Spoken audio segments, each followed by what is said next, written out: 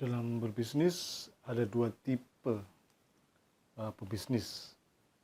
Mereka yang berhasil menarik pelanggannya, berbondong-bondong pelanggannya ketagihan, merasakan pengalaman tentang produknya. Kemudian setelah mereka merasakan, mereka lewat mouth of the mouth menceritakan, memviralkan pengalaman mereka setelah merasakan produk tersebut ke sosial media atau ke komunitasnya, sehingga pembisnis ini menghasilkan pelanggan yang loyalis. Bahkan mereka bela-belain antri panjang untuk merasakan pengalaman dalam bisnis ini. Namun juga ada seorang pembisnis atau yang membuka bisnisnya ya gitu-gitu aja. Ada yang beli sih gitu ya, tapi enggak membuat pelanggannya ketagihan untuk datang lagi. Apa yang membuat dua hal ini berbeda gitu ya? Dari beberapa riset dan pengalaman kami, salah satu di antaranya adalah setting value proposition bisnisnya. Apa itu value proposition bisnis dan bagaimana men-setting dalam bisnis Anda? Yuk tonton video ini dan jangan lupa subscribe.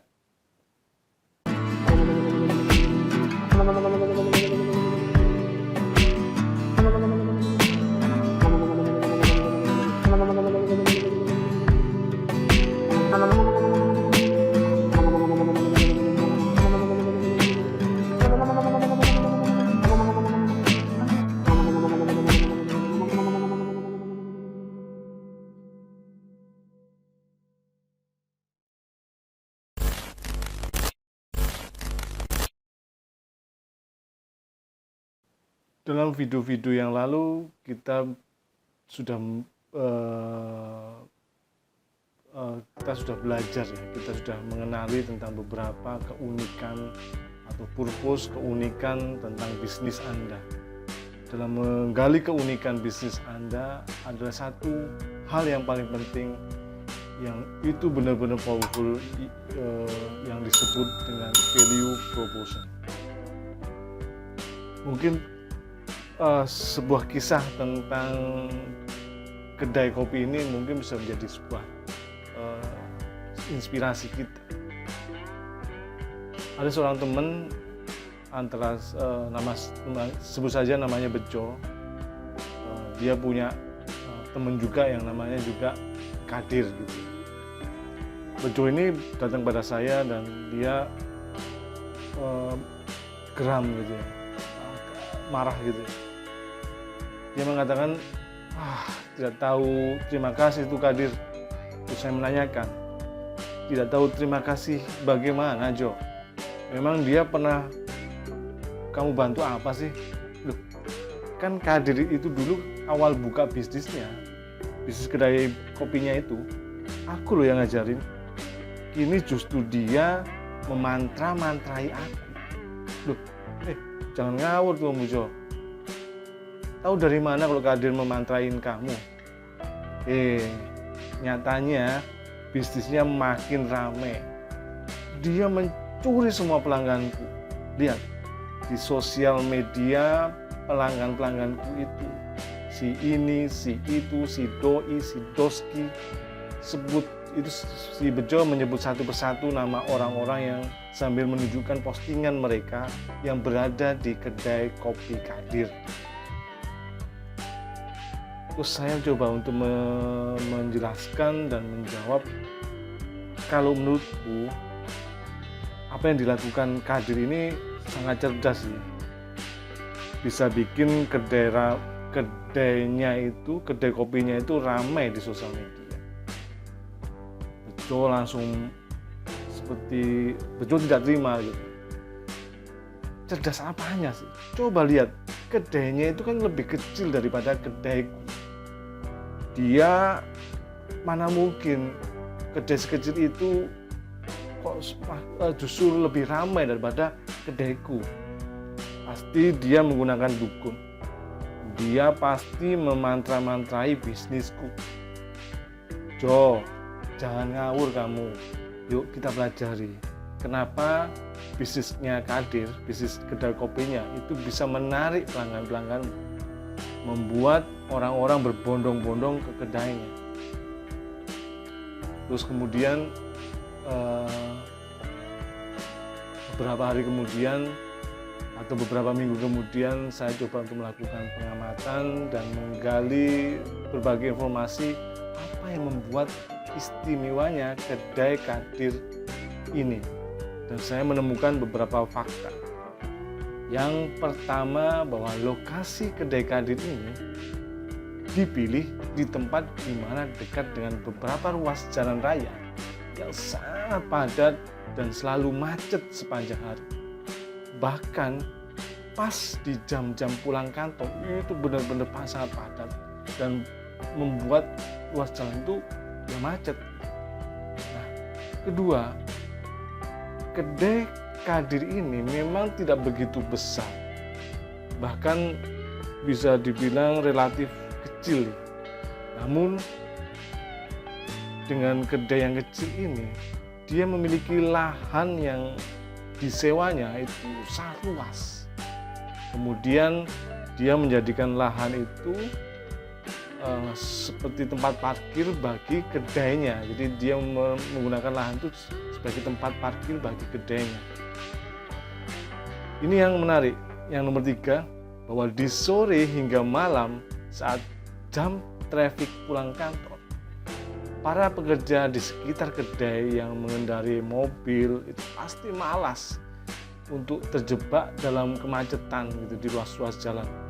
Mereka lebih memilih untuk menghindari kemacetan itu dengan memarkir atau rehat sejenak di kedai kopinya Kadir sambil menunggu jalanan yang macet itu terurai dan sebagainya. Mereka menongkrong, menikmati kopi, melepaskan lelah dan ngobrol bersama teman-teman mereka. Dan yang keempat, Kadir mencoba menjemput bola dengan menawarkan pesanan menggunakan aplikasi, sehingga pelanggan-pelanggannya tak harus turun dari mobil, cukup melakukan pemesanan melalui aplikasi ini, kemudian mereka parkir di mobil dan pesanan itu dikirim lewat karyawan kedai kopi tersebut tanpa pelanggannya keluar dari mobil. Ini sangat menarik. Dan pelayanan ini benar-benar tidak dimiliki oleh kedai-kedai kopi kebanyakan di sekitarnya. Dan ini yang membuat pelanggannya jadi betah. Setelah saya coba diskusi dengan Kadir dan ternyata dia berhasil men-setting value proposition yang unik, memudahkan dan visioner, dan itu sangat-sangat powerful menjadi senjata dalam berbisnisnya. Nah, dari kisah ini, apa yang terjadi pada Bejo atau Kadir bisa jadi terjadi pada kita. Dan pelajarannya yang bisa kita ambil adalah kita mau pilih yang mana. Memilih seperti Bejo, tidak memiliki value proposition yang tersetting dengan baik, dampaknya sepi, tidak memiliki pelanggan atau pelanggannya sedikit dan tidak viral gitu. Apa seperti yang dilakukan Kadir, bisnisnya ramai, ngangenin dan viral. Nah, dari sini kita akan tahu ternyata value proposition itu penting ya gitu. Nah, kira-kira apa itu value proposition? Teman-teman ada yang tahu tentang value proposition? Saya coba untuk mempresentasikan sebuah bangunan seperti ini. Bangunan lama ini kira-kira menarik ya, bagus kan, terlihat indah gitu ya. Namun kira-kira apakah Anda tahu bangunan apa ini? Nah, kalau seandainya Anda bisa menjawab, kalau Anda bisa menjawab silakan. Nah, tentu akan lebih mudah dijawab ketika saya menampilkan gambar kedua, bangunan ini. Nah, ini yang bangun kedua ini pasti Anda sangat ingat dan melekat dalam ingatan Anda. Nah, bangunan pertama itu yang disebut adalah Pantheon in Rome, ya, Pantheon in Rome. Tapi Anda baru familiar istilahnya, tapi berbeda dengan bangunan kedua. Bangunan kedua adalah Menara Miring Pisa atau Tower in Pisa. Ini sangat familiar sekali. Nah, ini menunjukkan bahwa dua bangunan ini itu adalah dua bangunan kira-kira yang mana yang paling mudah diingat? Ya pasti Menara Pisa. Gitu. Nah, antara Pantheon in Rome dan Tower Pisa ini ternyata Menara Pisa ini sangat remarkable, sangat remarkable, mudah diingat gitu dibandingkan Pantheon in Rome atau Pantheon di Roma. Gitu. Nah, ini dua gambar ini itu saya teringat menjadi sebuah quote seorang pakar digital marketer Seth Godin dalam sebuah bukunya yang berjudul Purple Go, Transform Your Business by Being Remarkable. Dia menulis quote-nya yang menarik, yaitu adalah pesan yang unik, autentik dan nyeleneh itu sangat mudah diingat, remarkable daripada pesan yang terkesan indah dan baik. Artinya teman-teman, pesan yang unik, autentik dan nyeleneh itu berada di Menara Pisa. Itu akan mudah diingat dibandingkan dengan ya pesan yang terkesan indah dan baik. Nah, artinya apa teman-teman? Bahwa keunikan, keunggulan, sesuatu yang nyeleneh barangkali, sesuatu yang mudah diingat, mudah remarkable itu akan semakin mudah diingat, bahkan tidak sekedar mudah diingat, bisa diviralkan gitu, lebih diviralkan, mudah dibicarakan. Word of the mouth. Nah, inilah namanya disebut value proposition. Nah, sehingga ketika sebuah produk, bisnis atau lokasi atau pesan yang memiliki value proposition ini itu benar-benar sangat powerful teman-teman, sehingga ini yang memberikan dengan kita memiliki atau men-setting value proposition dalam bisnis kita akan memiliki beberapa keuntungan. Sebenarnya ada beberapa banyak keuntungan, saya ambil 3 saja yang mungkin sudah mewakili. Yang pertama ya, dengan value proposition ini Anda memiliki daya tawar yang powerful, unik, nyeleneh dan membekas di hati pengunjung. Ini seperti memberikan penawaran yang sungguh sangat menggoda Anda, penawaran dasar mungkin ya, dasar sekali tapi cukup menggoda, sehingga melewat penawaran ini itu membuat nilai yang tersendiri di hati, di pengamatan dari customer, dan itu yang berdampak pada penjualan, pemasaran, dan pengembangan produk Anda. Nah, value proposition ini merupakan bagian dari seluruh rencana bisnis. Artinya tidak bisa terlepas Anda kalau merencanakan bisnis tanpa value proposition itu ya dampaknya ya biasa-biasa aja. Tapi ketika Anda men-setting bisnis Anda di rencana bisnis Anda atau menginstal value proposition di bisnis Anda, maka ini menjadi daya tawar yang sangat-sangat powerful. Nah, itu keuntungan yang pertama. Keuntungan yang kedua, value proposition ini Anda mendapatkan faktor kunci yang mendorong terbentuknya konversi, perubahan dari traffic lead sampai closing, bahkan menjadi customer, kemudian sampai menjadi loyalis. Nah, ketika Anda bisa menginstal, men-setting value proposition dalam proses bisnis Anda ini, proses penjualan bisnis Anda atau proses pemasaran bisnis Anda, maka ini akan menjadi faktor pendorong untuk terjadinya banyak konversi, terjadi banyak penjualan, banyak closing, banyak repeat order dan sebagainya. Nah, maka proses bisnis itu tidak akan bisa terlepas dari keberhasilan atau proses konversi atau proses penjualan tidak akan terlepas dari value proposition.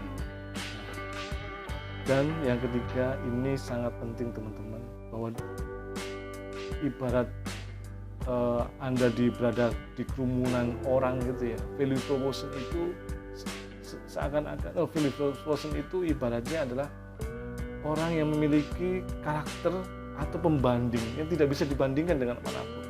Ketika orang itu tidak bisa dibandingkan dengan manapun di antara kerumunan yang rata-rata, maka dia akan lebih unggul. Dia memiliki pengaruh yang lebih kuat, memiliki influence yang lebih kuat dibandingkan orang-orang kebanyakan. Begitu juga dalam bisnis. Ketika bisnis itu diinstal, disetting value proposition-nya, maka dia memiliki pembeda yang tidak bisa dibandingkan. Ketika itu benar-benar berhasil, maka tentunya semua kompetitornya tidak akan bisa relevan dengan dia. Artinya dia lebih unggul, dia lebih berada di hati customer. Nah, ini 3 keuntungan. Sebenarnya ada banyak, tapi saya ambil 3, cukup 3 ini. Apa saja itu? Daya tawar yang powerful, faktor kunci mendorong terbentuknya konversi, dan pembeda yang tidak bisa ada bandingan. Nah, lalu bagaimana menginstal, men-setting value proposition ini? Ambil saja saya menggunakan 3 prinsip ini. Yang pertama adalah kenali target market Anda dan kebutuhannya. Ini penting. Ketika teman-teman bisa mengenali target market teman-teman, sahabat, dan bagaimana hot buttonnya seperti apa, maka Anda akan tahu kira-kira dia membutuhkan apa, dia ingin mendapatkan apa. Nah, ketika Anda bisa menggali itu, maka Anda tahu kemana value proposition Anda. Setelah Anda mengetahui kebutuhan target market, mengenali target market itu seperti apa dan sebagainya, maka pelajari kira-kira apa yang ditawarkan kompetitor. Kompetitor menawarkan apa ke marketnya, ke target market Anda gitu ya. Artinya ketika Anda bersaing dengan kompetitor, itu menawarkan apa. Terus kemudian kompetitor sudah menawarkan seperti ini, maka carilah keunikan Anda, keunggulan Anda yang itu benar-benar dibutuhkan oleh target market Anda, tapi tidak bisa ditawarkan tidak dimiliki oleh kompetitor. Nah, saya kira dengan 3 langkah ini, ya, kenali target market Anda dengan kebutuhannya, pelajari apa yang ditawarkan kompetitor, terus bagaimana Anda mencari keunikan dan menginstal keunikan dan keunggulan Anda di mata target market Anda, maka selanjutnya target market Anda akan benar-benar jatuh cinta kepada Anda, takluk pada Anda, dan benar mereka akan ketagihan terhadap bisnis Anda. Tentunya ketika sudah merasakan ketagihan, mereka akan menceritakan bagaimana pengalaman mereka terhadap bisnis Anda ke banyak orang. Tentunya ketika itu diceritakan dan sebagainya, viral kemana-mana, bisnis Anda akan dikerumunin, akan semakin banyak pelanggannya akan berbondong-bondong ke bisnis Anda. Dari penjelasan di video saya ini, menurut saya value proposition itu begitu wow ya. Bila Anda benar-benar memiliki value proposition. Nah, saran saya teman-teman, yuk kita setting, kita install value proposition pada bisnis Anda. Supaya apa? Supaya pelanggan-pelanggan Anda makin berbondong-bondong ke bisnis Anda, kemudian mereka ketagihan dan kemudian memviralkan. Tentunya dampaknya akan berhasil membantu atau men-scale up bisnis Anda. Semoga video ini bermanfaat bagi Anda. Bila ada pertanyaan, ada sesuatu yang ingin mau disampaikan, atau sesuatu yang mungkin sesuatu yang masih bingung dan sebagainya, silakan tulis di kolom komentar. Salam optimasi.